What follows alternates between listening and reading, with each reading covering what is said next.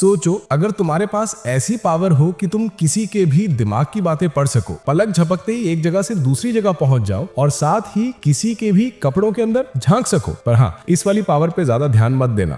अच्छा, मान लो ये सारी पावर्स तुम्हारे पास हो, सोचो कितना मजा आता है ना। लेकिन हमारे हीरो के साथ ऐसा बिल्कुल नहीं है, जबकि उसके पास ऐसी ढेरों सुपरनैचुरल पावर्स हैं जिनके बारे में हम आम लोग तो सिर्फ सपने ही देखते हैं, फिर भी उसे जरा सा भी मजा नहीं आता। क्यों? शायद वो थोड़ा चोमू टाइप का है, या शायद पावर्स होने के बाद जिंदगी नॉर्मल नहीं रहती। हाँ, जो भी हो, चलो शुरू करते हैं और जानते हैं कि आखिर हमारे हीरो को ऐसा क्या चाहिए जिससे उसकी जिंदगी में थोड़ी सी खुशी, थोड़ा सा मजा आ सके। कुसुओ गुलाबी बालों वाला एक टीनेजर जिसके पास ढेर सारी सुपरनैचुरल पावर्स हैं। 16 साल पहले वो एक बिल्कुल साधारण से परिवार में पैदा हुआ था। उसके पापा कुनिहारू साइकी और माँ कुरुमी साइकी दोनों ही बहुत अच्छे और प्यारे इंसान हैं। कुसुओ ने पैदा होने के सिर्फ 14 दिन बाद बोलना शुरू कर दिया था। 1 महीने का हुआ तो चलना शुरू कर दिया, और तो और 1 साल का होने से पहले ही वो हवा में चलने लग गया था। एक बार उसकी माँ ने देखा कि उनके घर में चिकन मसाला खत्म हो गया है, तो छोटा सा कुसुओ सीधा टेलीपोर्ट होके दुकान पहुंच गया और चिकन मसाले के साथ देसी का पाव भी ले आया। इतनी सारी पावर्स होने के बाद भी उसके पेरेंट्स घबराए नहीं, ना उसे हॉस्पिटल ले गए,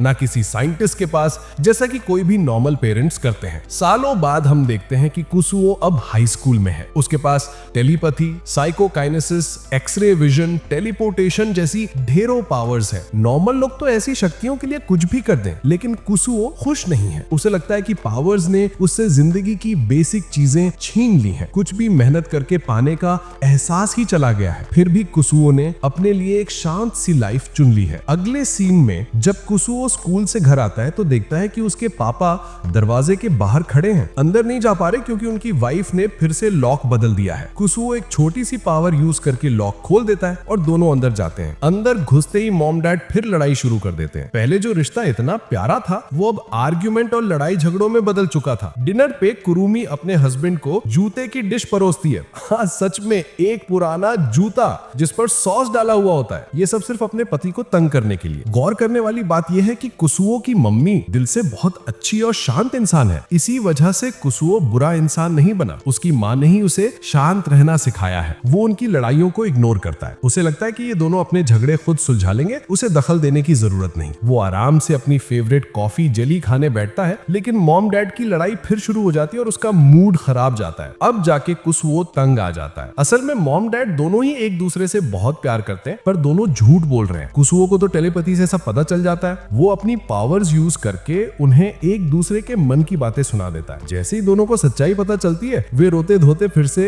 एक हो जाते हैं। लेकिन बेचारा कुसुओ, उसकी कॉफी जेली तो मॉम ने उठा के डैड को दे दी प्यार दिखाने के लिए। अब हम आते हैं कुसुओ के स्कूल पर, पीके एकेडमी, जहां कुल 542 स्टूडेंट्स हैं और किसी को भी कुसुओ की पावर्स के बारे में कुछ नहीं पता। कुसुओ ने बचपन से ही तय कर लिया था कि कोई उसकी शक्तियों के बारे में नहीं जान पाएगा। उसके किंडरगार्टन में एक टीचर को इस बात का शक हुआ था और फिर वो नौकरी छोड़ के भाग गई थी। कुसुओ हर गेम में अनबीटेबल है। वो टेलीपैथी से ओपोनेंट के मन की बातें पढ़कर पहले ही अंदाजा लगा लेता है कि वो क्या करने वाले। कुसुओ ऑक्टो पावर्स तभी यूज करता है जब उसके 200 मीटर के अंदर कोई नहीं होता। टेलीपैथी से वो पहले ही चेक कर लेता है। लेकिन उसकी क्लास में एक ऐसा लड़का है जिसका दिमाग वो नहीं पढ़ पाता है। उसका नाम है रिकी नेंडो। कुसुओ ये सोच के परेशान हो गया था कि आखिर ऐसा क्यों, लेकिन बाद में पता चला कि वजह बहुत सिंपल है। नेंडो के दिमाग में कोई सोच ही नहीं होती है। वो लिटरली दिमाग का इस्तेमाल ही नहीं करता है। एक स्टूडेंट गैदरिंग के दौरान जब एक स्टूडेंट तकाशी अचानक बेहोश हो जाता है तो रिकी नेंडो और कुसुओ तुरंत उसे उठा के नर्स की ऑफिस में ले जाते हैं। तकाशी अचानक नर्स की ऑफिस में उठ जाता है। असल में रिकी नेंडो ने उसे सीपीआर दे दिया था, पर तकाशी सच में बीमार नहीं था, बस नाटक कर रहा था। वो दोनों को बताता है कि वो बिल्कुल ठीक है और ऊपर से ये सुन के उसे घिन आ रही होती है कि रिकी नेंडो ने उसे सीपीआर दिया है। तभी पीई टीचर कमरे में घुसते हैं ये देखने की तकाशी ठीक है या नहीं। तकाशी तुरंत सारी गलती रिकी पर डाल देता है। कुसुओ तो चुप रहता है, लेकिन तकाशी को सबक सिखाने के बाद जब उसने कुसुओ को भी झूठ में घसीट लिया तो कुसुओ गुस्से में आ गया। कुसुओ ने पायरोकाइनेसिस यूज करके तकाशी का बॉडी टेम्परेचर इतना बढ़ा दिया कि उसे सचमुच हॉस्पिटल ले जाया गया। अब कुसुओ उस थर्मामीटर को नष्ट करने की कोशिश कर ही रहा होता है, तभी रिकी उसे पकड़ लेता है। रिकी को लगता है कि कुसुओ भी तकाशी वाली बीमारी से पीड़ित है और वो उसे भी हॉस्पिटल जाने पर मजबूर कर देता है। अगले सीन में हमें एक नए स्टूडेंट से मिलवाया जाता है, शुन काइडू, जो एकेडमी का 2nd ईयर का स्टूडेंट है। शुन हमेशा खुद को ऐसे पेश करता है जैसे उसके पास कोई कोई अनोखी शक्ति हो। वो हर समय ये दावा करता रहता है कि एक दिन वो दुनिया को बचाएगा। एक दिन शुन सबको बताता है कि स्कूल में एक जहरीला सांप निकल आया है और इसे वो जेट ब्लैक विंग्स नाम की किसी ऑर्गेनाइजेशन की दुनिया नाश करने की साजिश मानता है। उसके हिसाब से डार्क रीयूनियन नाम की सोसाइटी उनके दुश्मन है और वे दुनिया को तबाह करने में लगी है। लेकिन शुन हमेशा ये भी कहता है कि वो उनकी चालों में कभी नहीं फंसेगा। शुन हर वक्त कुसुओ के पीछे रहता है क्योंकि उसे लगता है कि सिर्फ कुसुओ ही उसे समझ सकता है। उसे ये नहीं पता कि असली सुपर पावर्स तो कुसुओ के पास है। कुछ देर बाद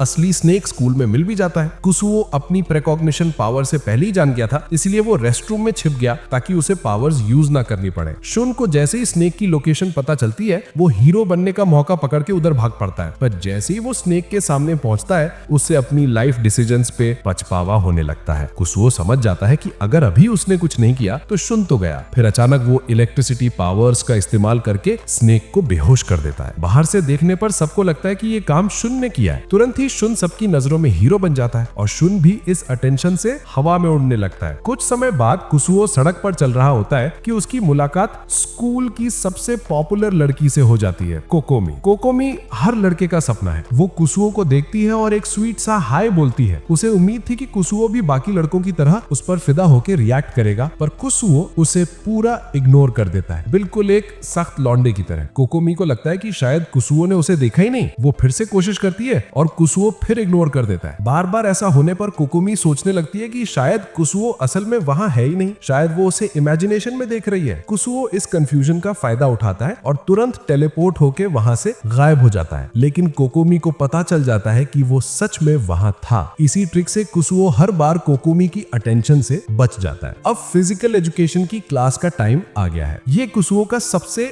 नापसंद सब्जेक्ट है क्योंकि यहाँ उसे फिजिकल एक्टिविटीज करनी पड़ती हैं। कुसुओ की पूरी क्लास ग्राउंड पर जमा है, लेकिन कुसुओ को बिल्कुल एक्साइटमेंट नहीं है। दूसरी तरफ क्लास रिप्रेजेंटेटिव किनेशी हायरो पूरे जोश में है। उसकी क्लास में बहुत इज्जत भी है। स्टूडेंट्स को दो टीम्स में बांटा जाता है, टीम पेपर और टीम रॉक। टीम पेपर में कुसुओ और हायरो दोनों हैं। टीम रॉक में रिकी, तकाशी, शुन और 5 और स्टूडेंट्स हैं। गेम है डॉज बॉल, जिसे बॉल लगेगी और वो कैच नहीं कर पाएगा तो वो बाहर। गेम शुरू होता है और पेपर टीम रॉक का एक मेंबर बाहर कर देती है। रॉक टीम तुरंत कुसुओ को निशाना बनाने का फैसला करती है। कुसुओ वैसे भी खेलना नहीं चाहता तो उसे एलिमिनेशन से कोई दिक्कत नहीं। बॉल उसकी तरफ फेंकी जाती है, कुसुओ हिलता तक नहीं। बॉल सीधे उसके चेहरे पर लग जाती है। कुसुओ फील्ड छोड़ने वाला था, तभी उसे रोक दिया जाता है क्योंकि यहाँ एक रूल है, नो फेस रूल। फेस पे लगी बॉल काउंट नहीं होती। अब कुसुओ को फिर खेलना पड़ेगा, जो उसके लिए और भी बुरा है। अब बारी आती है उस अगली बॉल की, जिसे कुसुओ को ऐसे फेंकना था कि किसी को चोट भी ना लगे और वो ज्यादा अच्छा भी ना खेले। कुसुओ बॉल उठाता है और बिल्कुल बिना ताकत लगाए फेंक देता है। अपोजिट टीम आसानी से बॉल पकड़ लेती है। कुसुओ की टीम को लगता है कि वो जानबूझकर खराब खेल रहा है क्योंकि उसका दोस्त रिकी दूसरी टीम में है। धीरे धीरे कुसुओ की पूरी टीम एलिमिनेट हो जाती है। अब सिर्फ कुसुओ और हायरो ही बचे हैं। अगली बॉल कुसुओ की तरफ आती है, लेकिन बीच में कूदकर हायरो उसे खुद पर ले लेता है और चोट खा जाता है। अब टीम पेपर की सारी उम्मीदें सिर्फ कुसुओ पर टिक गई हैं। जिस चीज से वो भाग रहा था वही अब उसकी किस्मत बन चुकी है। कुसु समझ जाता है कि अब जमीन पर हर किसी की नजर उसी पर है। उसके सामने बड़ी दुविधा है। अगर वो मैच जीत गया तो उसकी पॉपुलैरिटी स्कूल में आसमान छू लेगी और कुसु ऐसा बिल्कुल नहीं चाहता। अगर वो बहुत खराब खेले तो लोग उसे मजाक बना देंगे, बुलिंग भी हो सकती है। कुसु टेलीपैथी से सभी की फीलिंग्स पढ़ता है। उसे पता चलता है कि अगर वो एवरेज खेला तो वो सेफ रहेगा। कुसु बॉल उठाता है और हल्के से फेंक देता है। अपोनेंट पकड़ नहीं पाता और बाहर हो जाता है। कुसुओ की फेवरेबिलिटी अचानक बढ़ जाती है। अब उसे फिर से मैच हारने की कोशिश करनी है। शुन बॉल फेंकता है, लेकिन गलती से वो कैच हो जाती है और कुसुओ की पॉपुलैरिटी मीटर 60% से भी ऊपर चली जाती है। तभी हेरो लौट आता है, कहता है कि उसकी चोट ठीक है और वो फिर से खेल सकता है। कुसुओ और हेरो मिलकर अंत में मैच जीत जाते हैं। मैच के बाद कुसुओ की फेवरेबिलिटी 82% तक पहुंच चुकी थी। कुसुओ सोचता है अब इसे नीचे लाने का कोई तरीका ढूंढना पड़ेगा। इसके बाद कुसुओ बताता है कि वो कोकोमी से दूर क्यों रहता है, क्योंकि उसे उसके मन की हर बात पता है। और कुसुओ जानता है कि भीतर से कोकोमी बहुत घमंडी और सिर्फ खुद के बारे में सोचने वाली है। बाहर से स्वीट, अंदर से गुस्सा करने वाली है। दूसरी तरफ एक लड़की है चियो, जो कुसुओ को थोड़ी पसंद आती है क्योंकि कुसुओ उसके दिमाग की बातें पढ़कर समझ चुका है कि चियो को उस पर क्रश है। अब कुसुओ यही सोच रहा है कि चियो का अटेंशन कैसे हटाए। चियो हर तरह की कोशिश करती है कि कुसुओ से नोटिस करे, लेकिन कुसुओ हर बार उससे एक कदम आगे होता है। चियो की हर प्लान फटाके की तरफ फेल हो जाती है। कुसुओ को पूरा भरोसा है कि चियो जल्द ही किसी और लड़के को पसंद कर लेगी। और सच में जैसे ही वो ये सोच रहा होता है, एक लड़का आता है और चियो से बात करने लगता है। अगले सीन में कुसुओ के पेरेंट्स कुछ फर्नीचर मूव करना चाहते हैं। वो खुद कर सकते थे, लेकिन हमेशा की तरह चाहते हैं कि कुसुओ अपनी पावर्स इस्तेमाल करे। कुसुओ जानबूझकर सारी चीजें गलत तरीके से करता है ताकि उसके पेरेंट्स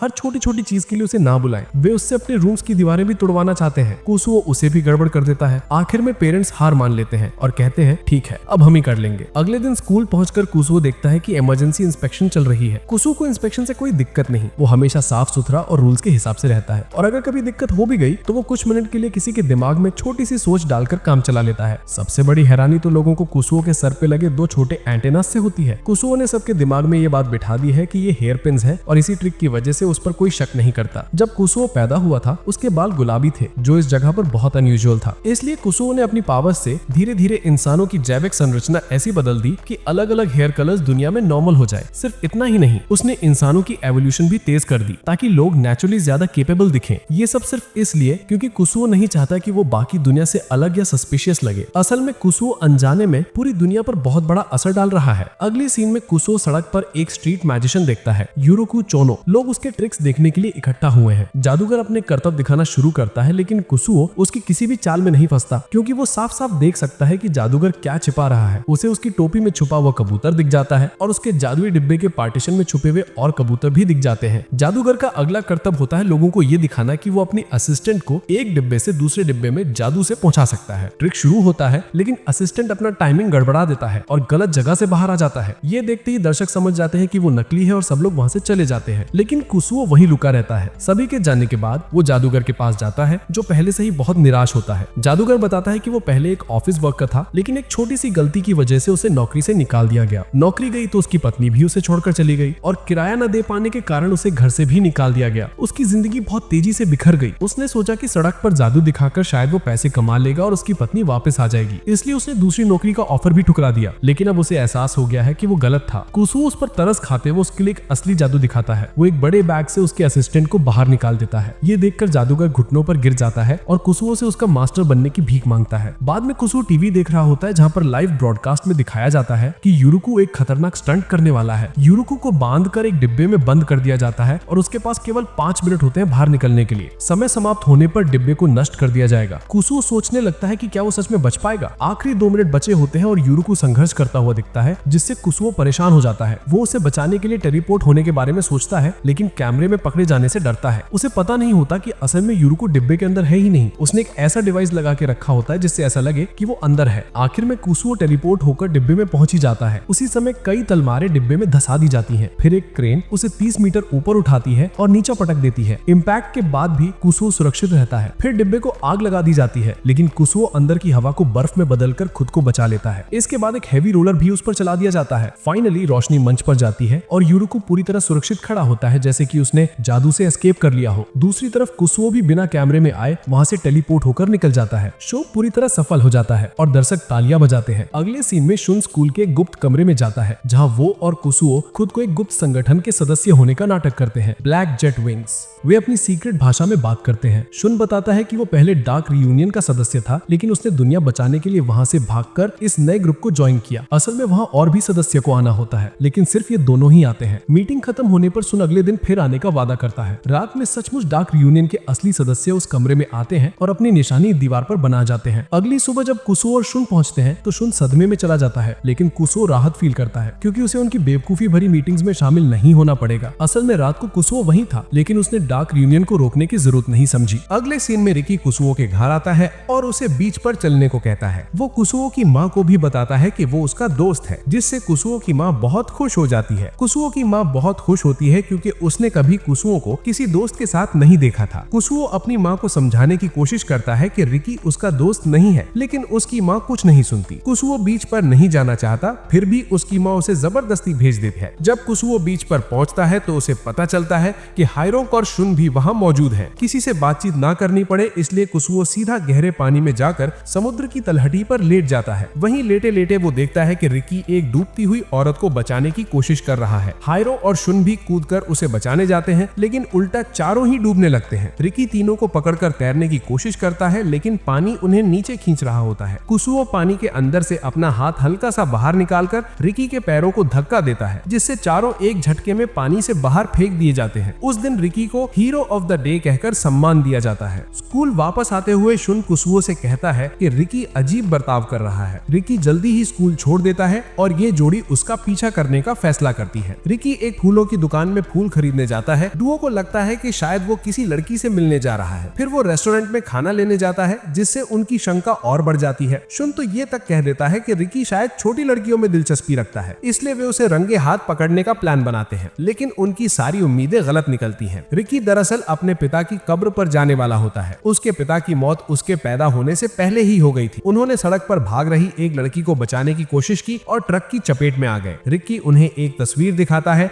और दोस्तों को एहसास होता है कि रिकी बिल्कुल अपने पिता जैसा दिखता है। कुसुओ कब्रिस्तान में रिकी के पिता की आत्मा को देखता है, लेकिन वो मानने से इनकार करता है कि उसने सचमुच भूत देखा है। वो इसे सिर्फ रोशनी मानकर छोड़ देता है, क्योंकि कुसुओ भूतों पर विश्वास नहीं करता। उस रात घर पहुंचकर कुसुओ को किसी अनजान शख्स की तरफ से एक चिट्ठी मिलती है। उस चिट्ठी में लिखा होता है कि भेजने वाला जानता है कि कुसुओ एक घोस्ट है। वो ये भी लिखता है कि उसका कुसुओ से कोई दुश्मनी नहीं, बल्कि वो चाहता है कि कुसुओ उसका मास्टर बने। भेजने वाला दावा करता है कि उसके पास भी अनोखी शक्तियां हैं। कुसुओ उसकी पहचान पता करने का फैसला करता है। वो अपनी साइकोमेट्री शक्ति का प्रयोग करता है। ये वो शक्ति है जिससे वो किसी वस्तु की मेमोरी को पढ़कर उसके मालिक की पहचान जान सकता है। इसी कारण कुसुओ हमेशा बेहद पतला दस्ताना पहनता है, ताकि गलती से भी ये शक्ति एक्टिवेट ना हो जाए। कुछ देर बाद चिट्ठी भेजने वाला खुद कुसुओ के घर पहुंच जाता है। वो अपना नाम बताता है, रेइटा टॉरेट्स का। रेइटा बताता है कि उसके पास आत्माएं देखने की शक्ति है। वो एक स्पिरिट मीडियम है। वो चाहता है कि कुसुओ उसका मास्टर बने। वो 16 साल का है और जन्म से ही ये शक्ति रखता है। वो भूतों से बातचीत भी कर सकता है। शुरुआत में उसे असली इंसान और भूत में फर्क करना भी मुश्किल लगता था। कुसुओ सोचता है कि रेइटा की शक्ति लोगों को उनके मरे हुए प्रियजनों से मिलवाकर मदद कर सकती है। इसी दौरान रेइटा बताता है कि उसने कुसुओ के बारे में एक भूत से सुना था, लेकिन कुसुओ उसकी सोच साफ पढ़ सकता है और समझ जाता है कि रेइटा अपनी शक्ति का इस्तेमाल सिर्फ अपनी गंदी हरकतों के लिए करना चाहता है। जाते समय कुसुओ गलती से अपना दस्ताना उतार देता है और रेइटा को छू लेता है। कुछ सेकंड के लिए कुसुओ को भी भूत दिखने लगते हैं। अगले दिन स्कूल में कुसुओ को पता चलता है कि रेइटा उनके स्कूल में ट्रांसफर होकर आ गया है। कुसुओ उससे पूछता है कि वो उसके स्कूल में क्यों आया है। रेइटा पहले दिन से ही लड़कियों में फेमस हो जाता है, क्योंकि वो उन्हें उनके गार्डियन स्पिरिट के बारे में बताता रहता है। रेइटा कुसुओ से साइकिक पावर्स मांगता रहता है, ताकि वो लड़कियों के कपड़ों के अंदर तक देख सके। जल्द ही कई लड़कियां रेइटा के पास अपना गार्डियन स्पिरिट जानने आ जाती हैं। तभी शुन आता है और रेइटा को बेनकाब करने का प्लान बनाता है। वो रेइटा से कहता है कि वो उसका गार्डियन स्पिरिट बताए। शुन उम्मीद करता है कि रेइटा कहेगा कि उसका गार्डियन स्पिरिट कोई सील्ड मॉन्स्टर या खतरनाक प्राणी है, लेकिन रेइटा कह देता है कि शुन का गार्डियन स्पिरिट तो एक चिहुआ हुआ है। ये सुनकर शुन भड़क जाता है और कहता है कि रेइटा पूरा धोखेबाज है। तभी रिकी भी आ जाता है और वो भी रेइटा से अपने गार्डियन स्पिरिट के बारे में पूछता है। रेइटा सबको तब चौंका देता है जब वो कहता है कि रिकी का गार्डियन स्पिरिट एक पॉलिटिशियन है। कुछ देर बाद रेइटा अचानक रिकी को घूसा मार देता है। रिकी समझ ही नहीं पाता कि रेइटा ने उसे क्यों मारा। रेइटा कुसुओ को बताता है कि उसे लगा था कि रिकी कोई भूत है। फिर वो कुसुओ से कहता है कि वो बिना दस्ताने उसे छुए, ताकि वो सच समझ सके। जब कुसुओ उसे छूता है तो उसे तुरंत रिकी के पिता दिखाई देते हैं। रेइटा कुसुओ को बताता है कि रिकी के पिता ही उसका असली गार्डियन स्पिरिट है। अगले सीन में कुसुओ ये समझाता है कि हायरो अपनी क्लास में इतना सम्मान क्यों रहता है। वजह साफ है, वो बेहद मेहनती, दयालु और हमेशा दूसरों की मदद करने वाला इंसान है, चाहे उसके लिए कितनी ही परेशानी क्यों न हो। उस दिन स्कूल के बाद हायरो कुसुओ को बताता है कि स्पोर्ट्स डे आने वाला है और उसे सारी तैयारियां पहले से पूरी करनी है। वो कुसुओ को बताता है कि वो एंट्री गेट बना रहा है और शुन भी उसकी मदद कर रहा था, लेकिन उसे जुकाम हो गया। अब बस गेट के दोनों तरफ की आर्चेस जोड़ना बाकी था। दोनों जब गेट के पास पहुंचते हैं तो देखते हैं कि पूरा गेट बर्बाद हो चुका है। हायरो कहता है कि वापस जाने से पहले उन्हें इसे ठीक करना ही होगा। दोनों काम पर लग जाते हैं, लेकिन कुछ सामान की कमी पड़ जाती। हायरो सामान लेने चला जाता है और तभी कुसुओ मौका मिलते ही अपनी शक्ति का इस्तेमाल करके पूरे गेट को तुरंत ठीक कर देता है। कुसुओ अपनी शक्ति से देखता है कि हायरो कहाँ है और उसे पता चलता है कि हायरो एक भारी लकड़ी अपने कंधों पर उठाए स्कूल लौट रहा है। रास्ते में कुछ स्टूडेंट उसे देखते हैं और उसकी मदद करने लगते हैं। सभी मिलकर स्कूल आते हैं और जल्दी से लकड़ी काट कर गेट को तैयार कर देते हैं, जबकि स्पोर्ट्स डे में अभी 1 महीना बाकी है। अब कुसुओ घर पर अकेला होता है, क्योंकि उसके माता पिता एक बंदे की शादी में गए थे। घर साफ करते समय कुसुओ को एक कॉकरोच दिखाई देती है और वो डर के मारे तुरंत टेक्सास टेलीपोर्ट कर जाता है। असल में कुसुओ की सबसे बड़ी कमजोरी कीड़े मकोड़े हैं, क्योंकि वो उनकी हरकतों का अनुमान नहीं लगा सकता और अब तक उसकी माँ ही घर में सारे कीड़े मकोड़ों से निपटती थी। टेक्सास में बैठा कुसुओ याद करता है कि उसके घर एक पैकेज आने वाला है, तो वो प्लान बनाता है जल्दी घर जाकर कॉकवुड से बचकर पैकेज लेना है और फिर वापस टेक्सास लौट जाना है। जब कुसुओ घर लौटता है और दरवाजा खोलता है तो डिलीवरी बॉय की जगह रिकी को देखकर हैरान रह जाता है। कुसुओ को तुरंत सॉल्यूशन मिल जाता है। वो रिकी को कॉकरोच मारने का काम दे देता है। रिकी को कीड़ों से कोई डर नहीं होता और वो 100 कीड़े भी आराम से खत्म कर सकता है। कुछ देर बाद रिकी कॉकरोच ढूंढकर उसे खत्म कर देता है। उस रात कुसुओ कुसुओ के माता पिता घर लौटते हैं और बहुत खुश होते हैं कि घर चमक रहा है। अगले दिन कुसुओ को पता चलता है कि चियो फिर से उस पर दिलचस्पी लेने लगी है। उसने सभी लड़कों को भगा दिया है जो पहले उसे पसंद करते थे। ये कुसुओ के लिए एक नई समस्या बन जाती है। असल में सेकेंड ईयर का एक लड़का टाकेरो चियो को पसंद आता है, लेकिन चियो उसकी एक आदत से नफरत करती है, उसके पैर बुरी तरह बदबू मारते हैं। कुसुओ उसकी सोच बढ़कर ये सब जान लेता है और फैसला करता है कि वो दोनों के रिश्ते को ठीक करेगा। स्कूल खत्म होने के बाद टाकेरो और चियो एक साथ बाहर जाते हैं और आर्केड जाने का प्लान बनाते हैं। कुसुओ ये पता करता है कि चियो को टाकेरो की कौन कौन सी बातें परेशान करती है। उसे पता चलता है कि चियो खुश होती अगर टाकेरो को याद रहता कि आज उनकी 3 महीने की एनिवर्सरी है। कुसुओ अपनी शक्ति से टाकेरो के दिमाग में एनिवर्सरी की बात डाल देता है। ये सुनकर चियो बहुत खुश हो जाती है, लेकिन दिन खत्म होने से पहले ही चियो टाकेरो को छोड़ देती है। वजह, वे एक जगह बैठे थे और टाकेरो ने अपने जूते उतार दिए, जो चियो के लिए सबसे बड़ा डर था, और वो तुरंत भाग जाती है। अगले दिन स्कूल में कुसुओ सोचता है कि उसे आज जल्दी घर जाना है क्योंकि एक शो आने वाला था जिसे वो बिल्कुल मिस नहीं करना चाहता था। लेकिन स्कूल से निकलना उसके लिए नामुमकिन सा हो गया क्योंकि हर कोई उसे ढूंढ रहा था। हायरो उसे पिछले दिन की मदद के लिए धन्यवाद देना चाहता था, शुन उसे अपना नया हाइड आउट दिखाना चाहता था, कोकोमी उसे कुछ कागज देना चाहती थी, और इसी तरह हर कोई किसी न किसी काम के लिए उसे ढूंढ रहे थे। पूरे स्कूल में हर कोने पर लोग उसकी तलाश में खड़े थे और कुसुओ नहीं चाहता था कि वो किसी की नजर में आए। वो अपनी अगली चाल सोचने के लिए वॉशरूम चला जाता है। अपनी शक्ति का इस्तेमाल करके वो देखता है कि हायरो तो स्कूल के गेट पर खड़ा उसका इंतजार कर रहा है। ये देखकर कुसुओ समझ जाता है कि वो पूरी तरह घिर चुका है, इसलिए वो इनविजिबल होने का फैसला करता है। पर एक प्रॉब्लम थी, अगर वो किसी से टकरा गया